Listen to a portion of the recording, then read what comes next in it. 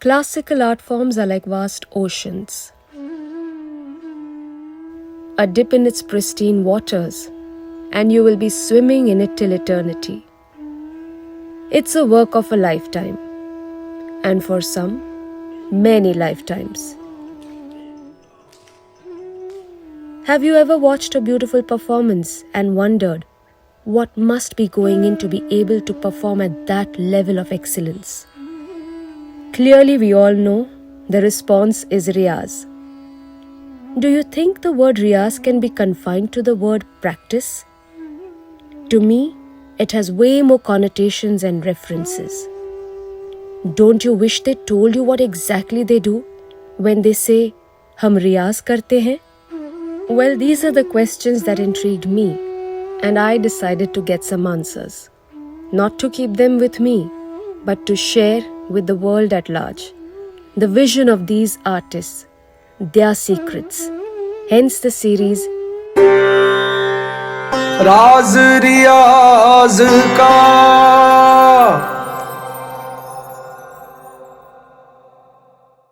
नमस्कार आणि आपल्या सर्वांचं स्वागत आहे राज रियाज काच्या ह्या एपिसोडमध्ये.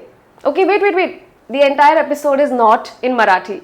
But considering me and my artist today are from Amchi, Mumbai, I had to begin in Marathi, no? So let me introduce our artist. She is an acclaimed Odissi exponent who has, I can say, pushed the boundaries of her idiom through her unique explorations such as chess, mathematics, birth, conception and whatnot. She has also, I would say, converged the traditional and the contemporary with her unique style. She has helped in extensive propagation of Odissi in Maharashtra and a dynamic and versatile personality who lights up the room with her dimpled smile. So please welcome Jhelum Paranjape, fondly known as Jhelumtai. Thank you, Tai, for gracing Raaz Riyaaz Ka. Welcome, and I should thank you for inviting me here today. No, it is my absolute honor to have you. But my first question only is कि आपके fitness का राज क्या है? How can you look like this and dance like this at 68? Please tell me. One thing is, I've been doing yoga for years, continuously. Earlier it used to be 6 times a week. Now it's decreased. And actually during the pandemic, I think I've put on because less of dancing, and last 10 years I was used to swimming thrice a week, which for 2 years has completely stopped. But I would, also doing a lot of housework. Yes. But I think exactly everything that you've spoken, I think resonates with everyone, because yes, everyone feels a change because this pandemic has been quite a shifter in that sense. Okay, so I think to begin with, I would like you to take us through your journey in dance in like snapshots. Like if you have to pick like shots from your entire lifespan in dance. Okay. Just okay, so before classical dance, I was completely into folk dance right from age 6. I was part of a group called the cultural wing, that is Kalapathak, of Rashtra Seva Dal, a socialist thinking organization. Don't mix it up with RSS. Okay. And we used to travel all over the country doing folk dances, different. I won't go into the details of that. Actually, my mom, looking at my pleasure in dancing, wanted me to do classical dance. She put me for Kathak, she put me for Bharatnatyam when I was a child, but I somehow just didn't enjoy it. I wanted to play in the evenings. I didn't want to be tied down to anything. So my mom gave up. But in one of our tours, folk dance group, we were in Cuttack, Odisha, and we were taken to Kalavikas Kendra, which is a school of Odissi, and there I saw this style for the first time, and I saw Guruji, that is Kelucharan Mohapatra. I didn't know who he was at that time, but we were introduced to him. He spoke to us, and I was like, wow, this is what I want to do.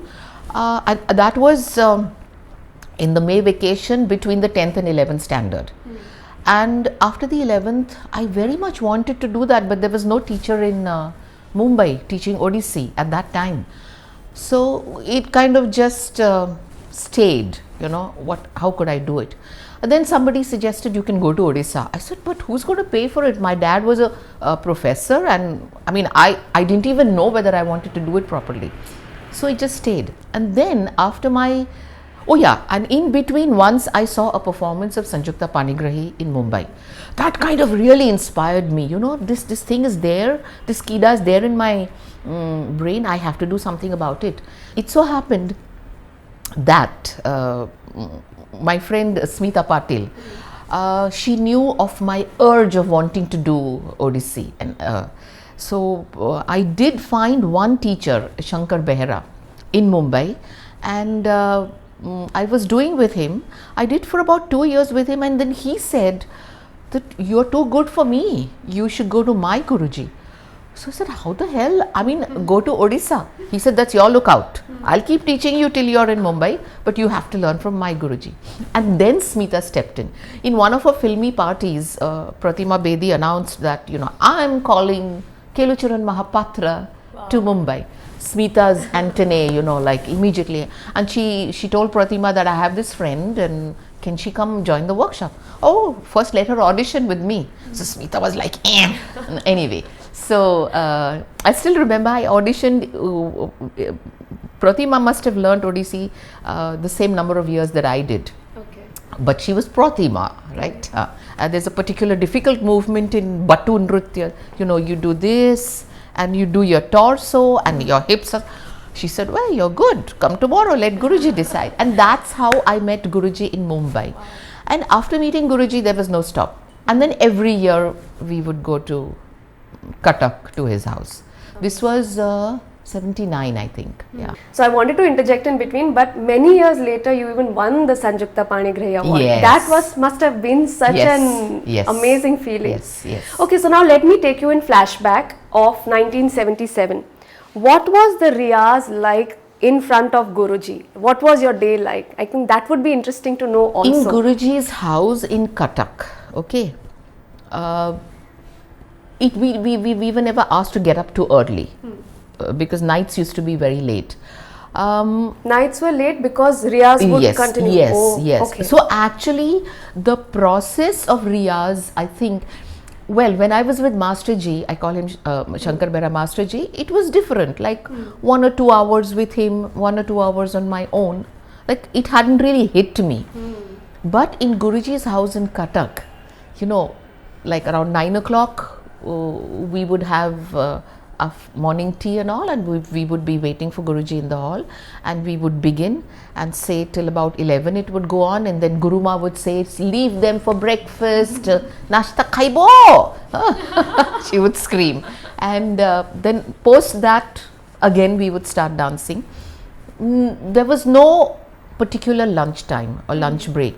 It went on till he felt that our bodies are still doing it, we are not tired. Oh well, even if we were tired, he would go on, say till 2:30, whatever. So there was no particular lunch time. But once we broke for lunch, then the next 2 hours, nothing. You want to sleep, you sleep. You want to read, you read. You want to chat, you do. But post lunch, 2 hours, nothing. So say we would begin maybe around 4. Then no stop, only again around 7:30, 8 for a slight snack. Then on his whim, it would be 10, it would be 11 in the night, it would be any time. So that is what, teaching pieces or polishing them? Teaching, mainly teaching, and then what is taught, then like, okay, sometimes I would do something very well, then make me stand in the front and make me do it 10 times till the others, or someone else, some other student would do it good, make her stand in front and do it 10 times, and we do it 10 times behind her. So it was a totally different experience, like immersive to another level. And after we finished our class and had our dinner, Nani is older sister in Odia. Sanjukta Panigrahi would come, her husband would come, and some either new choreography or some ideas that would go on like 1 o'clock, 2 o'clock in the night. So I've also heard in some of your interviews and stories that, you know, he used to like nicely hit and everything. Yeah. So my question to you is, now this we are talking about dance pedagogy perspective, that there was a way gurus treated their, of course, to bring the best out of the student, and now there is a way that you deal with your students or teach them, and then your next generation also who are teachers. So what are the changes you've observed? Changes, obviously, the hitting or beating part, like, I mean, in Bharatnatyam we call it Tattakali. That stick, his aim was perfect. Like, he would just throw it and it would hit where he wanted it to hit. Like, I have been hit on my fingers because some mudra was not perfect. Also, बहुत सारी गाली देते थे. Like, I mean, he would use, I wouldn't say bad words or foul language, but something that is not usually in the normal language. Udiya. Like, he would say gusri, that is pig, godamua, like a face like a horse, makada, or that is monkey, and but again that was to push us. So what has gone away in my teaching is the hitting part of it. I don't do that at all, and of course I do not use words like that, but sometimes he would imitate us and that and make it too exaggerated for us to, oh my God, is this how I look? I do that quite often in class, and I gali nahi deti hu, I don't curse them, but I do, use phrases or comparisons that they would feel, oh my God, what is this? So that has stayed. But my students also understand that that is because I want them to excel. I push them, like how Guruji pushed us. It's that. In fact, online class, sometimes I say, mujhe to jhapad marne ki, I feel like giving you one slap, but I cannot do it because you are in there on the laptop and I'm here. And then they have a good laugh. But what change do you observe in the next generation? I don't think they can even say this much. No. Like some of my students who are teaching, sometimes they are so soft. But then what happens is, the quality is not the same. That's what I was going to come to. The quality of dancing is not the same. Like, if you, it's not like just shouting, but you have to somehow force them to do it. Like, I remember when I began with kids, be it Bharatnatyam or Odissi, the basic is not very interesting. It's a little boring for the kids. So what I used to do is, okay, because of mythology, we have a lot of animal and bird movements in each of our styles. So I would begin with that. Then to attract them more, make them more interested, I would take, like, we don't have a giraffe in mythology, but then how would a giraffe move? Or, take animals that they would relate to. Take a cat, how the cat movements would be. And in between, put the basic, like you all say, adaus, basic steps. And they wouldn't realize that they're doing that tayya or whatever. Keep them engaged. Yes, I used to do that, and I keep telling my students, do start off that way. So what does the word Riyaz mean to you? See, for me, Riyaz, like in English we say practice, but for me it's not only, I would say practice would be just the physical sweating out or getting the stamina or something like that. But for me, Riyaz is when I used to, like, I don't do that much Riyaz now, but earlier when I used to do it, it was whatever I'm doing, it was in me, it was part of my blood, my veins, my breathing, my everything. It was not just a physical practice. Like, whenever I think I was in a different world when I did my Riyaz. Like, nothing would affect me. And I remember, like, when my son was crawling, I mean I had to dance every day and get into that mold of Riyaz, not just practicing.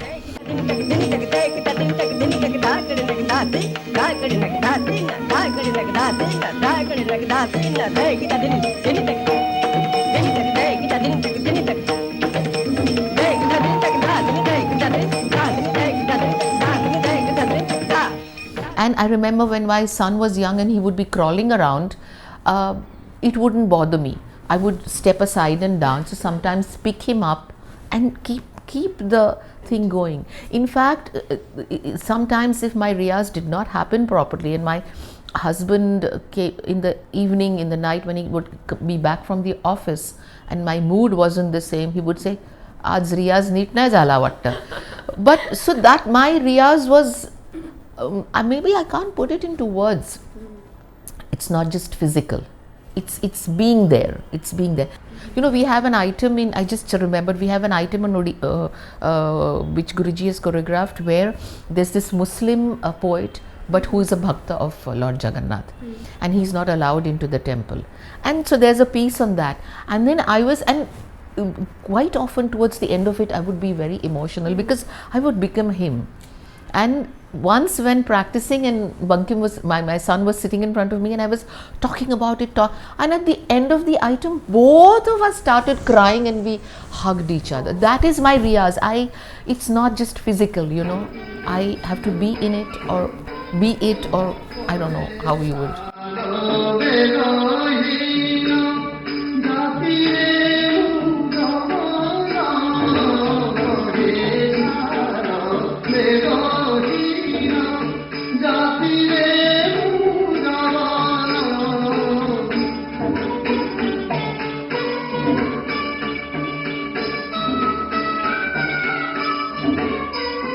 I have to share this with our audience members because I know Jhelumtai so well and I know she's a perfectionist.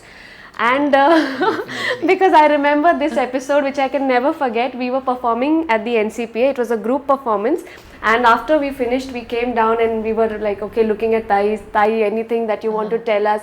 And she says everything was good, this, that, couple of things she told us, and then she said, you know, some of you were not wearing your mascara. And all of us later in the green room just like, oh my god, she actually noticed that. So does that trickle in your riyaz as well, this perfection and this, you know? Definitely. So can you tell us about how it comes into your riyaz? I never had a mirror in the house where I could look into and dance, because when I started off there was no, like these days we say studio and you know, like Wherever you get space, dance. yes, dance. Okay, now of course I have a studio, so somehow I've not gotten used to calling it a studio. It's my class space, it's my dance space. But little things, you know, like in movements, like now for example our torso movement, you know, this has to be so perfect, it's not this. So I will make them sit in the chauka position and keep doing this, but the shoulders have to be steady, and it's the torso that is moving, which is not very easy, you know. That just has to happen, and it has got so much into me that while doing it I realize if I don't do it properly. Or when we keep our foot in kunchita, you know, one foot is like this. A lot of students have the heel turned inwards. That has to be completely turned outwards. I mean, these are the finer points that right now came to my mind. Exactly like what you said. So Odissi as a dance form, we know that has grace yet vigor. It has subtlety yet it has power. So how do you work on these two such contrasting aspects of this form? Like, is there a trick or a tip or something that you want to share? Yes, physically, okay, physically you have to have your abdomen or pelvic area very tight, abdomen pulled in. That also maybe makes me the way you think I am, okay, and relax in the top portion of the body. Let your legs take your body weight, and we really stamp our feet. These days somehow I don't see many dancers doing that, but we really stamp our feet and we keep this relaxed or free, you know, just say like how you hold your abdomen tight. No, because if you don't hold your abdomen tight, this doesn't become free. Then while you're doing this, even this moves. So the pelvic should be tight, and the torso and up should be free. So my next question to you is about dancers who have these parallel professions. We know they do that for many reasons. Could be financial, could be because they are, educated in that field. You similarly had two parallel professions at one point. You were a mathematics teacher as well as an Odissi dancer. So how did you handle that, and what would you advise to dancers who are handling two professions simultaneously? How did I handle that? It wasn't difficult because at that point of time I had not taken dance that professionally. Okay, a performance came up, I did a performance, that's okay. But teaching mathematics was important. And that was the first 3 years of my career, like 2.5 years with Master Ji and 1 year with Guru Ji. But after that I knew that this is what I want to do professionally, and this old man is going to help me do it. So mathematics took a back thing, and dance was there. Now even I have a lot of students who juggle two careers, but what I would say is I don't think they really juggle, as in, because I don't think they really have dance as a profession in their mind, right? They love dance and that is why they dance, but their main profession is what they have studied. And like you said, one reason definitely is finance. Because in my career, in my students' career, I see that classical dance performances do not pay you the way all other professions, because I remember, like, when we started group performances, I was like of the opinion whatever money comes has to be distributed with all the students. The students have to get money. And initially it was, some of my colleagues also said, no, you're giving them a platform. You're giving them a chance to dance. Why do you pay them? I said, because I want to make it a career. I want them to think that this is a career. If they don't get paid, why will they think it is a career? And my students and me, we have a very good relationship. Like, some performances give us this much, that is divided. We get this much, that is divided. So they know. But at the same time, if you do not teach, then it's difficult to survive in this profession. So you also started learning Odissi at a fairly later stage. Very late. Although you had a dancing body, Yes. that is fine. Because why I'm addressing this question to you particularly is because many people sometimes share, no, I want to learn, but now I think it's too late. Would you like to share about your experience? Sure. See, because what happens, like, I think I'm naturally gifted, as in the grace in my body is natural, or it's genetic through my mom.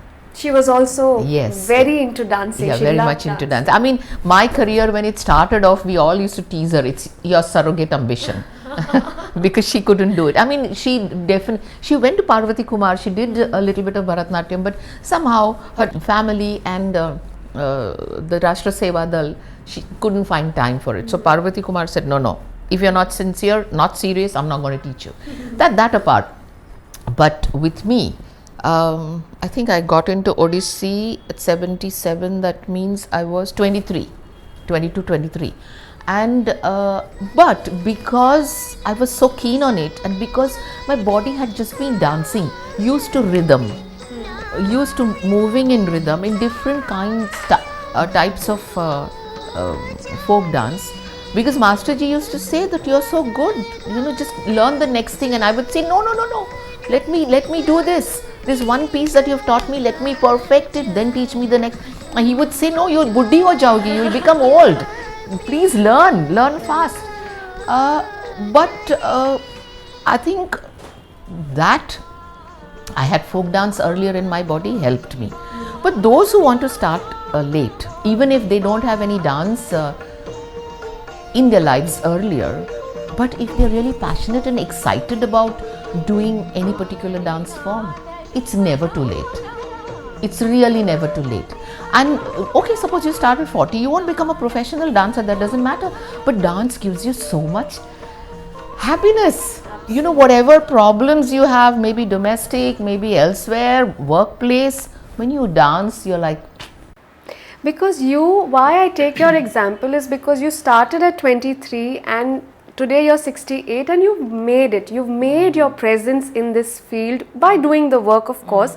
But then there is hope that this is also possible. Oh yes. Oh yes. So Tai, my next question is about Abhinay, which is also another very important aspect of Odissi with the Ashtapadis and everything. But I have a small observation, and please correct me if I am wrong about it. So in Bharatanatyam, how we normally do, supposing there is a padam, any padam, a kshetraya padam or something, we'll have a choreography that is taught to us by our guru. We learn it verbatim and we perform it, they correct it. But in future, as the guru also sees, okay, she has the maturity to explore certain ideas, they let us re-choreograph that padam, and then we are open to exploring it with our interpretation, our ideas. But somehow this is something I haven't observed in Ashtapadis. So even if it is a senior guru such as you or a new young performer would perform the same choreography. I know this is out of due respect to Guruji, but is there any scope for new dancers to find their own explorations? Okay. Now you are speaking about your gurus. So so naturally they are like my generation, right? Now my Guruji is a generation back. In order to revive Odissi, he did so much work to revive Odissi.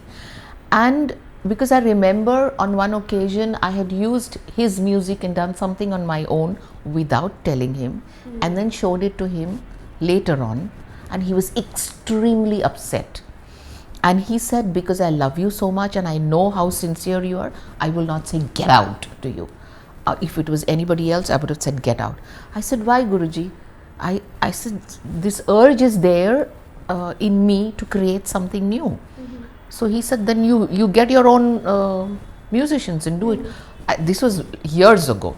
And I said, but there are no Odissi musicians in Mumbai. He said, create them, cultivate them, do it on your own, don't use my music. And I promised him. And so I think I agreed to that, because even now some of my students take some already pre-recorded music and set dance to it, which is much simpler. But if you have an idea, you have a thought, be it an Ashtapadi, you spoke specifically about an Ashtapadi. Okay, now Guruji has done it in a certain way, I want to do it, I'll take, because the words are there, but then I or whoever, this is what, he didn't specifically say so, but this is how I took it, that I can take the same Ashtapadi, take a different rag or a different tal, then put my own ideas into it and then present the Ashtapadi. And that has happened. Dancers of my generation have done it. It's not that it has not happened. No, I agree with what you said about using the same composition, music. That is wrong. Correct. That is, we agree, and I think Yes. it is a mutual understanding, and out of respect for the Yes. musicians and the teacher, you don't do that. Yes. But I meant this only, like taking the words Oh, yes. and exploring it. He in was a always different- open to that. I am open to that. We are open to it. Coming to widening audiences in Maharashtra, you did a lot of work in that direction and got them educated about Odissi. And I even remember there is an episode where he watched a performance and then he was so. I'll tell you that. I love that episode. I didn't say anything. She's going to tell us. No, this was the inaugural performance of Smitalay. Okay, I can't put in words how much I love Odissi, and I always feel it's something that I love so much, it has to be shared with people. And I live in Maharashtra, I live in Mumbai, and what I'm doing, how will they understand if they don't understand the language? So this is when Smitalay, I decided to have a proper school. This was of course because I had a slip disc and I didn't dance for 1 full year, 1 full month I was in bed, and that's when I started thinking that suppose I cannot dance solo, I need to do something. That's how, so actually the slip disc was a blessing in disguise, I would say. Anyway, so the very first performance I chose a Marathi song. I had no Mardal player in Mumbai that time, and that was like a Bhavgeet, the Marathi. But the theme or the concept was Radha, Krishna and Gopis. Radha Madhava Khelati Ras.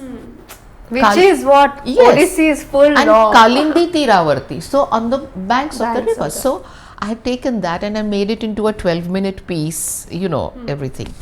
So I had told Guruji that I've formed this school, and so he was the chief guest for that thing. And but I had not told him that I was doing something in Marathi because I was not sure.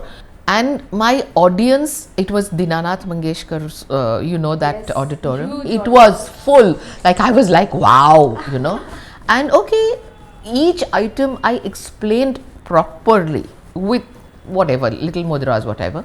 And but the audience response when this particular item happened, like in between also, wah, and claps, like Odissi never gets claps in betweens like Kathak. But at the end of the performance, it was huge. I mean, the adulation and the clapping was huge. Anyway, and after that, like I was very curious, Okay, Guruji praised me, you did everything very nicely, but not immediately, because after that we had an NCPA workshop, and I, would go there before all the students came to, just hoping that he would tell me something about my students' performance, because I hadn't danced, only the student. But he wouldn't say anything. 2-3 days. On the third day, then Guru Ma said to him, I still remember he was shaving, okay, in the NCPA in that room. And Guru Ma had immediately told me, she had hugged me and she had said that, beautifully done. I have, in so many years, I have not seen such, group such good dancing and all that. This was 89. Okay, anyway, so that third day when I went, Guru Ma says to him in Odia that like a chatak bird, she's coming every day to you and looking at you like this, and you're ignoring. If you want to shout at her, shout at her. If you want to degrade her, whatever, just say something. Don't ignore her. That is not good. She said that to him. So I was like, woo. Oh. So he stops and says, let me finish shaving. So I waited. He finished shaving. He cleaned his face. Then he called me next. I was sitting down. He said, Utto. Then he made me sit next to him. He held me like this. So I said, wow. Then I was, literally my heart was pumping so loudly that what is he going to say? Then he said, I liked everything. Your students are dancing well. You taught them well. But that Marathi song, abhi bhi mujhe kaata aa raha hai. So then I became, so he says, actually I didn't like it. I'm not saying the dance. The dance was perfect. Everything, the theme, the concept, everything. But I didn't, there was no Mardal, there was no Odissi music, what had you done? So at first I was very upset. But then I started thinking, the audience loved that the most. And then I thought, if this young woman wants to popularize my dance style in her state, why should I object? Dekho, abhi bhi aise ho raha hai. And then he hugged me and he said, go ahead. So that was the green signal that I can do in Marathi. That was my very first composition or choreography in Marathi. And I had sat with the music director that I want so many beats here, thoda aisa music karo, mujhe ye karna hai. So that was my first experience of creating a new piece. But it was tabla and dholak and no mardal, no violin, mainly sitar, I think, because but that was my green signal. And I think similarly, following the same strain of thought, you've done chess, you've explored mathematics, birth, conception. So I think from there the trigger really took off and you kind of explored all these ideas. And this was entirely all in Odissi. Everything in Odissi. Everything. Yes, you're talking about mathematics. Which is Leelavati. Leelavati, yeah. See, over there were certain places where I had to change a few movements. Obviously, like everything cannot be done in math. It's like to show the square root sign. That is, there's nothing like that in. Correct. So how did you show the square root? We have Pataka Hasta. Oh my God, that is. And then Dhanupad, like that girl was standing, that it went like a square root sign. Amazing. Or this was subtraction. So you use the idiom and then you find your own innovative ways to present your ideas. So that doesn't hold you. But do you feel like somewhere in that sense, are you shifting some things? Do you feel like that you're crossing or pushing those boundaries like I mentioned? Definitely. Because basically our traditional dance, for years, it has always weighed on mythology. And so we have different ways of portraying mythological characters. We have the mudras for those characters. But when we take contemporary issues or today's something that we want to show, one has to stretch or push the boundary. Because I feel whichever classical dance style, there is so much there that is not explored. So you can dip in, take it out and use it in a different way. So you do come across as somebody who's a non-conformist. Traces of activism is there in some of your work. Oh, yes. So how relevant and how important do you think as a part of your riyaz that you feel dancers should think or project out of the box or even present work like this? I know everyone doesn't feel like, but if somebody feels like, what would you like to say? Of course. If someone feels, in fact, I feel that whatever knowledge one has got, the dance knowledge, that maybe the theory, the physical part, use that knowledge if you feel like, of course. Otherwise, it will never be, it will be put on and forced. If you genuinely through your heart feel, I want to show this topic through my classical dance style. There could be a point where sometimes you cannot stick completely to the way your style is. That's okay. So all this is also coming, I think, from your mother. She's been like a major influence in your life when it comes to these things. So has she impressed upon you the importance of riyaz? Did she work with you when you were a child? Yes. Not a child, of course, after 23. Okay, no, but when you were learning dance as a folk artist. As a folk also, like when a new production was to be done, we used to also have camps, you know. I think what you're mentioning is also in some sort the surrender that you do to your activity. Yes. So in that sense, they surrender to that. Exactly. That's a very good word. I should remember what you have said, because I tell you, we are atheists. There was never a God's picture or a little statue or anything in our house. And my parents, even my grandfather would say that be dedicated and sincere in what you're doing. That is your God. So for me, through years, Odissi has been my God. Because when Guruji was alive, he was my God. I remember once in Cuttack only, in his house, maybe the way I was looking at him or what, while I was dancing, he stopped. He says, "Come here." He made me sit. So I was scared, like, what happened? Then he says, "Look, I know you treat me as God, you treat your dance as God. No, I'm just a stepping stone. You have to step on me, and there, he's waiting there for you. Don't stop at me. Let yourself go. Don't stop at me." And maybe somewhere I let myself go, you know, without realizing. Yeah. And you know, this reminds me, I have created an Abhinay piece on Chokha Mera. He's a Marathi saint poet. And why I thought of it, because I read a book on him by Aruna Dhere, and I felt that how can this man love Vitthal so much when he's you know, like he's not allowed to enter the temple or whatever. So I created this thing from that book, and then I took a lot of abhangas. I remember I once performed in Goa and in old Goa, and that is also very interesting that a Christian community invites classical dance.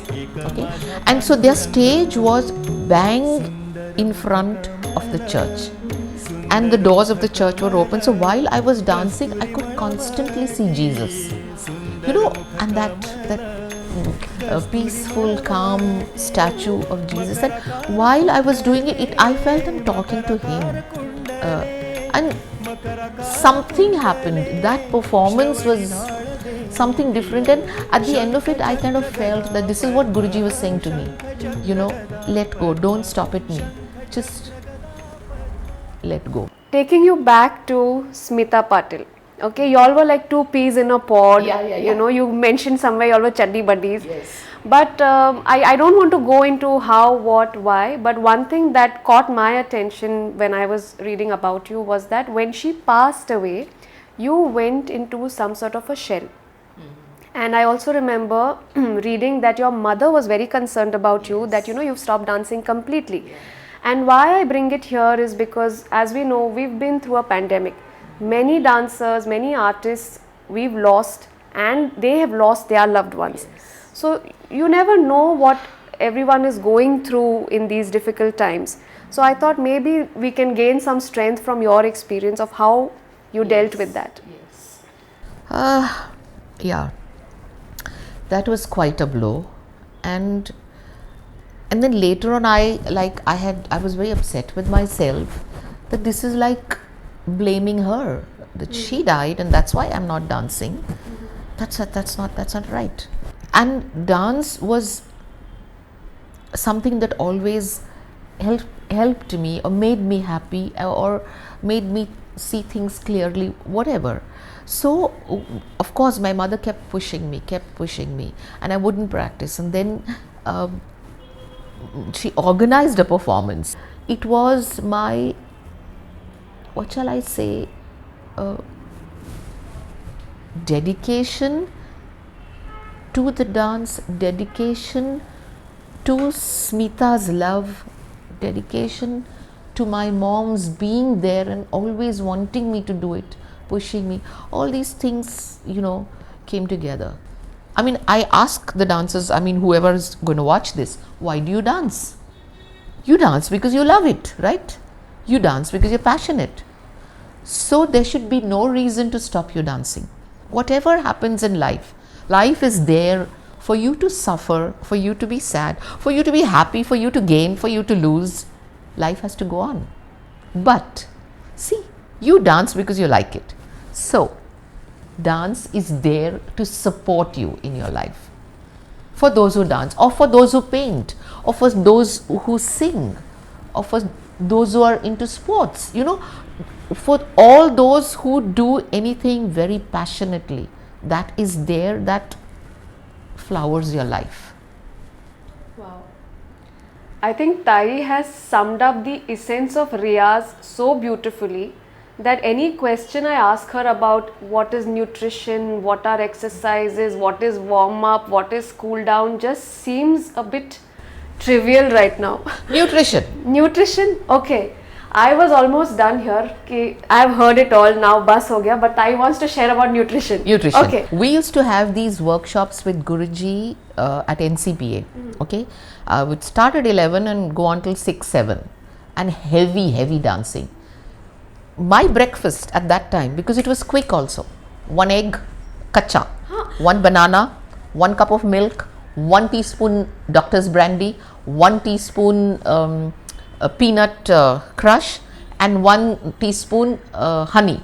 All that just put in a mixie, grrr, ho gaya, cut, piya, go for the workshop. It would last me like, yes, this is nutrition. like one Raaz that you've given. So this was like your bullet shot. Absolutely. During the workshops, NCPA workshops, I remember doing this. Amazing. Yeah. But I have something fun which I'm going to do with you, which is a part of Raaz Riyaaz Ka, which is the rapid fire round. Okay. So, should we start? Yes. Okay. Most favorite thing to do when you want to relax? Put up my legs, sit on a chair, put up my legs, and take a book in my hand. Lovely. I can actually imagine you do that. Favorite classical dance style other than your own? Mohiniyattam. Oh. Your favorite Smita Patil movie? Mirch Masala. Nice. Something you cook that everyone loves? Oh. Every time I cook something, it has a different, I never follow a recipe. But there's no dish in particular ki this is like, okay, Tai has to make this. Okay, I make a chicken stew that my son loves. So he says, please remember the recipe and make it the same. Last thing you watched on Netflix? I'm not a member of Netflix. That's your answer. Pallavi or an Ashtapadi? This age Ashtapadi, younger age Pallavi. Okay. Yeah. Would you ever skydive? Yes! I would love to. Okay. Have you fallen asleep in a performance? Yeah, I have. And then, it was like, I must. How can I fall asleep in a performance? I don't remember which, but... No, it's better you don't mention. Sweet or savory? Savory. Okay. Spicy. Okay. Spicy is not an option, but we'll Okay. take spicy. Yeah. Your most favorite thing from the Odissi Aharya? Belt. Okay. Would you rather travel to the past or future? Future. Oh, interesting. Your reaction when you see people step on stage wearing their footwear? Terrible. Angry. Riyaz in the morning, Riyaz in the evening. Just don't say all day, please. No. See, actually in the morning, that was when I was younger, but now it's become evening. Okay. Yeah. So with that, we come to an end of Raaz Riyaaz Ka Season 2, the episode with Jhelumtai. Thank you so much once again. Thank you, for being Prachi. so generous with all your ideas, thoughts and sharings. Thank you.